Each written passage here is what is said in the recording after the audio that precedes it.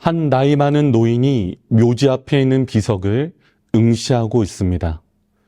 그는 회상에 잠긴 듯 잠시 눈을 감았다가 이내 눈에서 하염없는 눈물을 쏟아냅니다. 그 노인의 주위에는 여러 명의 가족으로 보이는 사람들이 함께 진지한 표정으로 서 있습니다. 이 장면은 라이언 일병 구하기라는 영화의 첫 장면입니다. 묘지 앞에 서 있던 나이 많은 노인이 바로 라이언 일병입니다. 그가 제2차 세계대전에 참여했을 당시 그의 형제들이 전쟁에서 모두 죽게 되자 아이젠하워 사령관은 그 가족의 유일한 아들이 된 라이언 일병을 구출해 오라고 지시합니다. 이로 인해 특공대가 파견되고 특공대는 라이언 일병을 구하게 됩니다. 그러나 이 과정에서 많은 사람들이 죽음을 당하게 됩니다. 라이언 일병은 시간이 많이 지났음에도 자신을 위해 목숨을 버렸던 사람들을 잊을 수 없었던 것입니다. 그는 그 묘비 앞에서 한참이나 생각에 잠겨 있습니다. 그리고 그와 그의 가족들은 그들에게 감사를 표합니다. 삼육대학교 신학관 옆 한 청년이 비석을 응시하고 있습니다. 수많은 사람들이 관심도 두지 않은 채 스쳐가는 이 비석은 고 정기석 목사의 추모비입니다. 그 비석의 내용은 다음과 같습니다. 2001년 7월 23일은 우리의 사랑하는 형제 전기석 목사가 30세의 꽃다운 나이에 생명의 씨알로 우리의 마음밭에 떨어진 날이다. 원주 삼육중고등학교 하기봉사단을 인솔하여 강원도 횡성 지역의 영영포 교회에서 활동하던 중 하천에 빠져 생명이 위태롭게 된 동네 중학생을 구출하고 자신은 기진하여 끝내 숨을 거두었다. 그가 1999년 2월에 삼육대학교를 졸업한 지 2년 반 만의 일이다.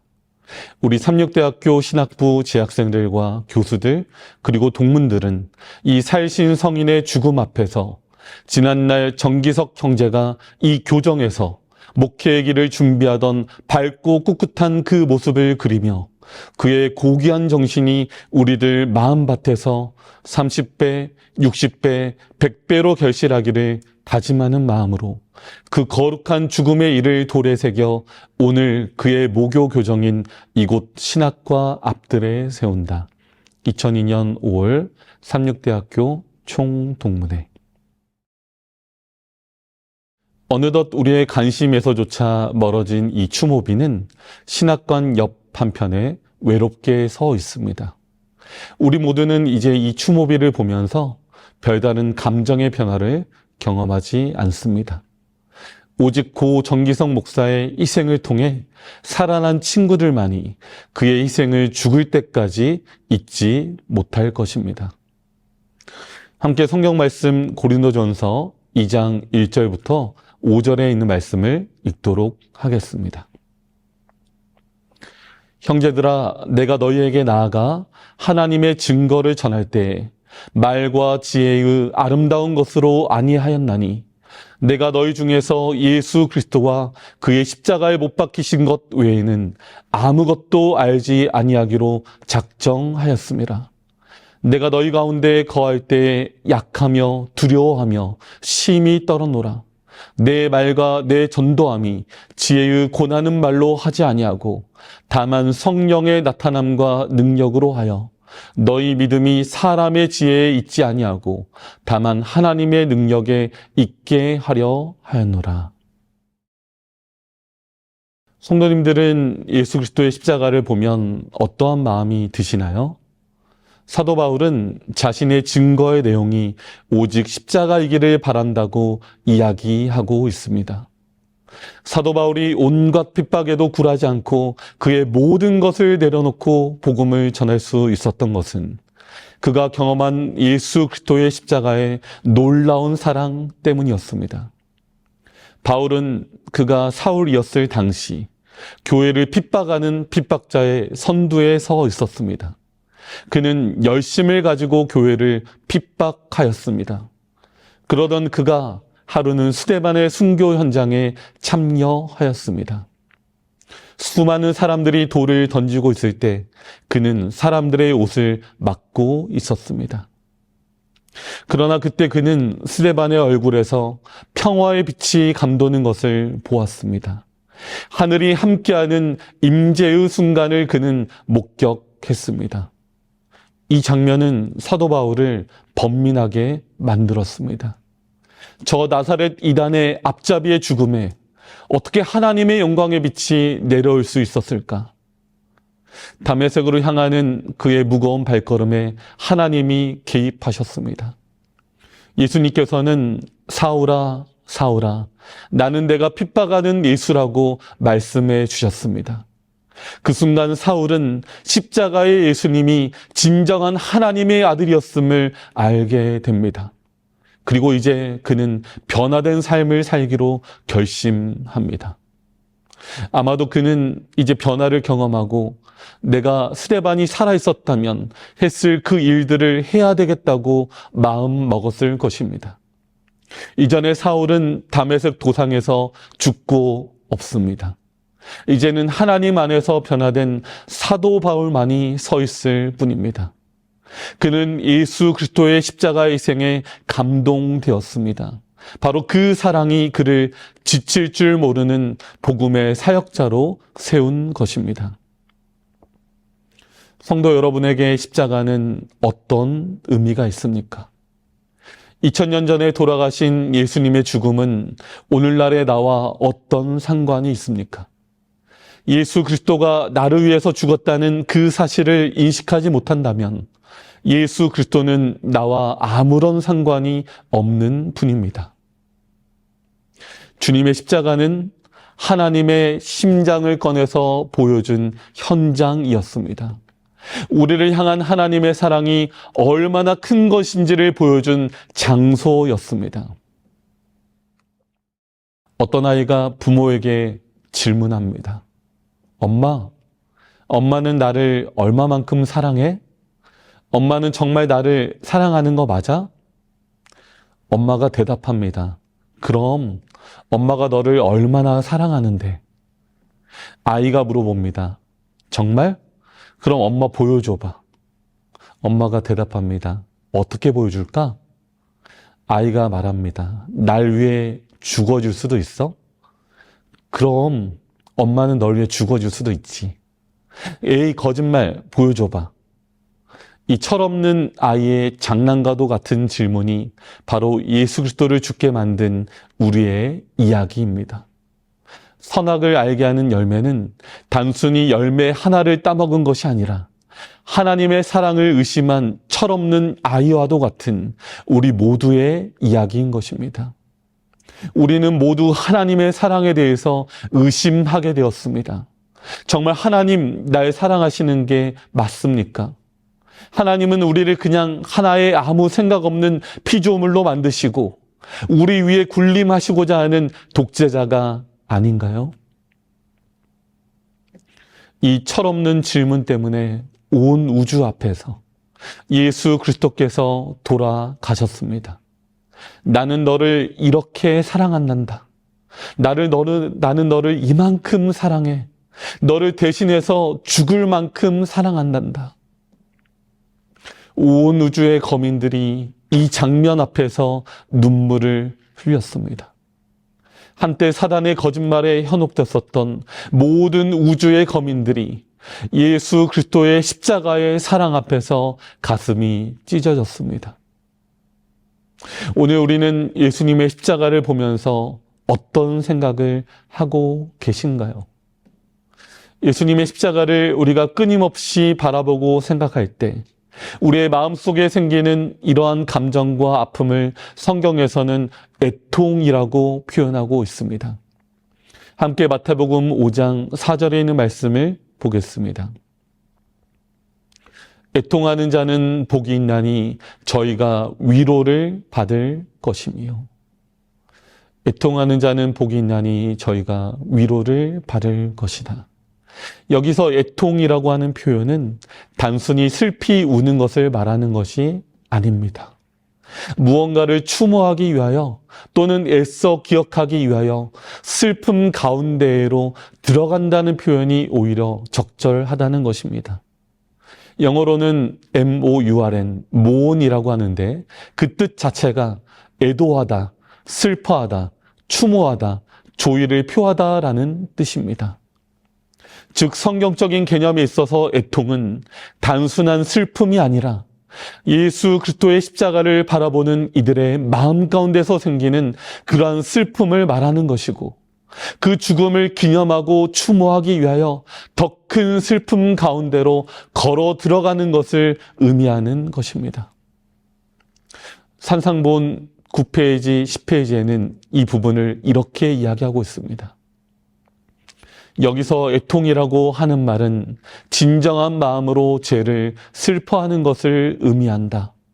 예수께서는 내가 땅에서 들리면 모든 사람을 내게로 이끌겠노라고 말씀하신다. 그래서 사람이 십자가에 들리신 예수님을 바라볼 때는 인간의 죄가 무엇인지 분별하게 된다. 그는 영광의 주님을 징벌하고 십자가에 못 박게 한 것이 죄라는 것을 깨닫는다. 말로 다할 수 없는 따뜻한 사랑을 받았음에도 불구하고 계속해서 배은 망덕과 반역으로 일관된 생애를 살아왔음을 알게 된다. 계속해서 그것도 직접 하나님의 아들을 십자가에 못 박으며 상처를 받아 피가 흐르는 그분의 심장을 찔러 온 것이다. 그는 넓고 어둡고 깊은 죄의 심연에 의해 하나님과 분리되어 있어 가슴이 찢어지는 슬픔을 느낀다. 단순히 그 어떤 죽음에 대하여 감성적인 슬픔은 누구나 할 수 있습니다. 그러나 우리가 그 죽음에 동참하여 기념하는 것은 전혀 차원이 다른 것입니다. 이것이 바로 성경적인 개념에서의 애통이고, 예수 그리스도의 제자들은 예수님의 죽으심을 진심으로 애도하기 위하여 땅 끝까지 복음을 전하다 마침내 순교하였습니다.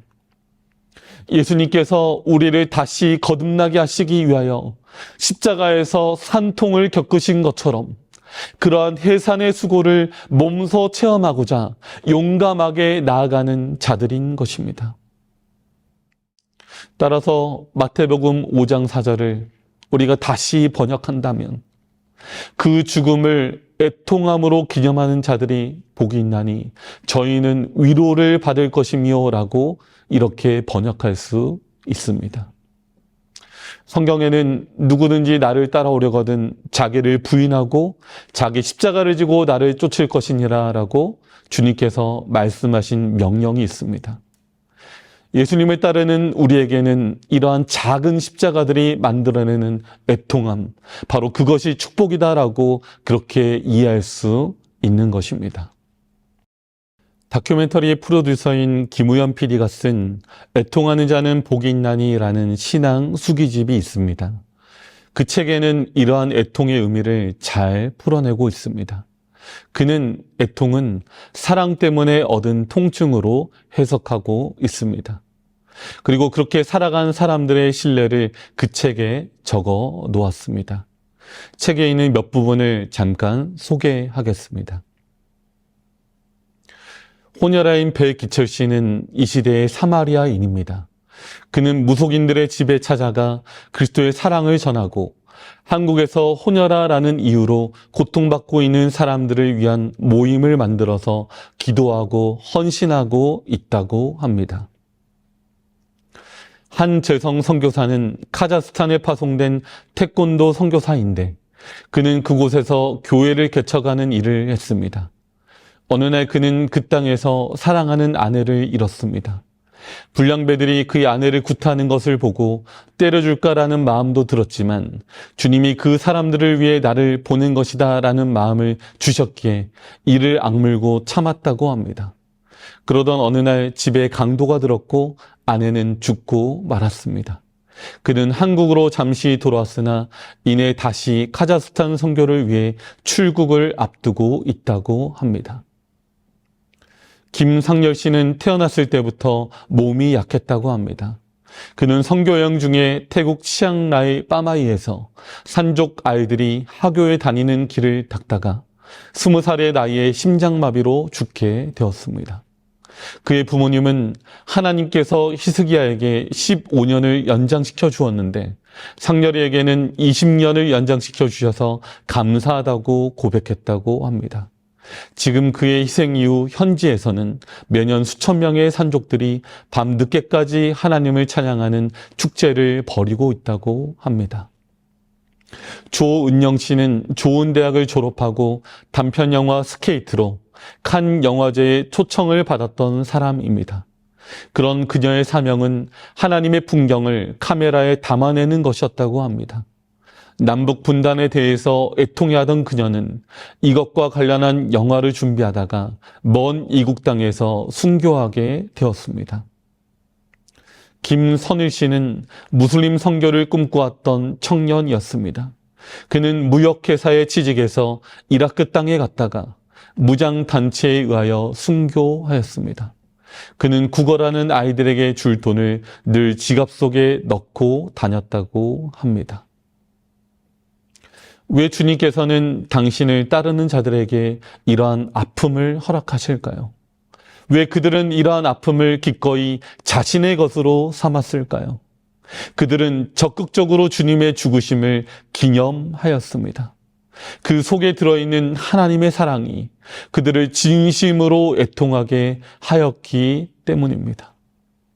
산상본 12페이지, 13페이지에 있는 말씀입니다. 예수님과 함께 이 세상의 슬픔을 애달파하고 그 죄를 슬퍼하여 우는 자들 역시 복이 있다. 이 같은 애통에는 자신을 생각하는 일이 전혀 게재되지 않는다.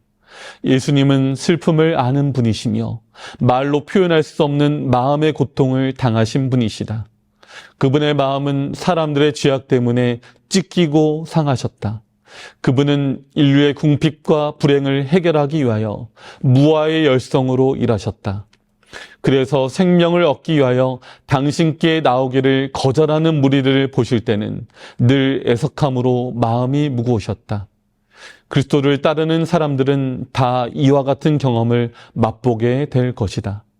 하나님의 사랑을 나누어 줄 때 그들은 잃어버린 자들을 구원하는 그분의 수고에 동참하게 될 것이다. 그들은 그리스도의 고난에 동참함으로써 장차 나타날 영광에 참여하게 될 것이다.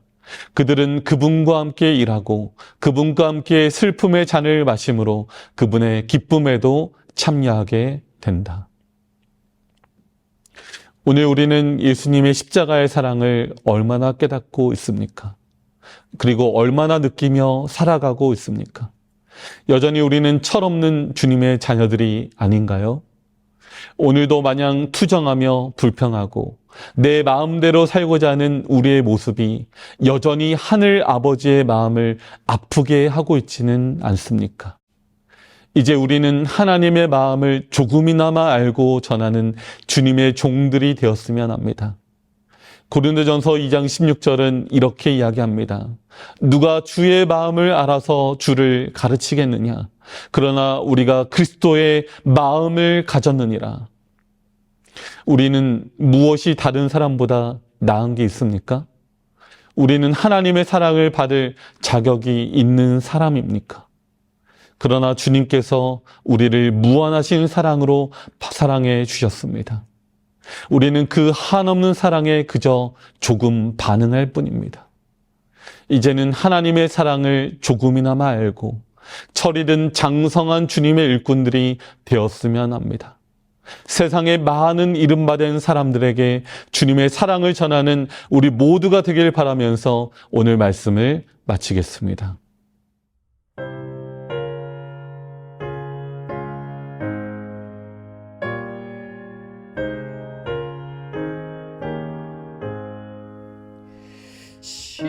십자가를 질 수 있나 주가 물어보실 때 죽기까지 따르오리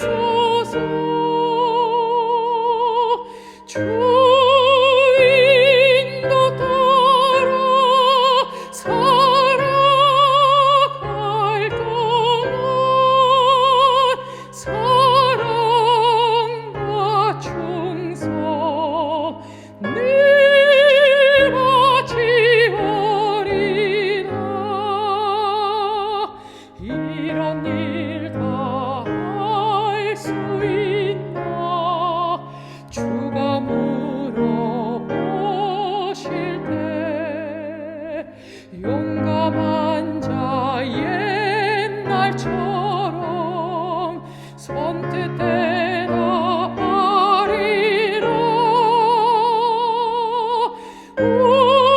우리의 심령 주의 것이니 당신의 용사 만드소서 주 인도 따라 살아갈 동안 사랑과 충성 늘 바치오리다.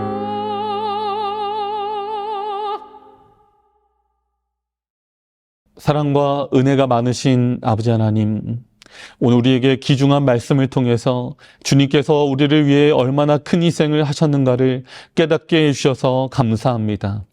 십자가에서 치러진 주님의 놀라운 희생을 생각할 때 우리가 그 사랑에 반응할 수 있는 마음을 허락하여 주시옵소서. 주님의 죽으심을 피상적으로 감상하는 것이 아니라 이제 그분의 죽으심을 적극적으로 기념하는 애통의 마음이 저희 안에 있도록 하나님 함께하여 주시옵소서. 우리를 위해 죽으신 십자가의 그 희생을 생각하며 오늘 우리도 주님의 작은 십자가를 등에 지고 그 십자가의 길을 걸을 수 있는 그리스도인들이 되도록 하나님 인도하여 주시옵소서.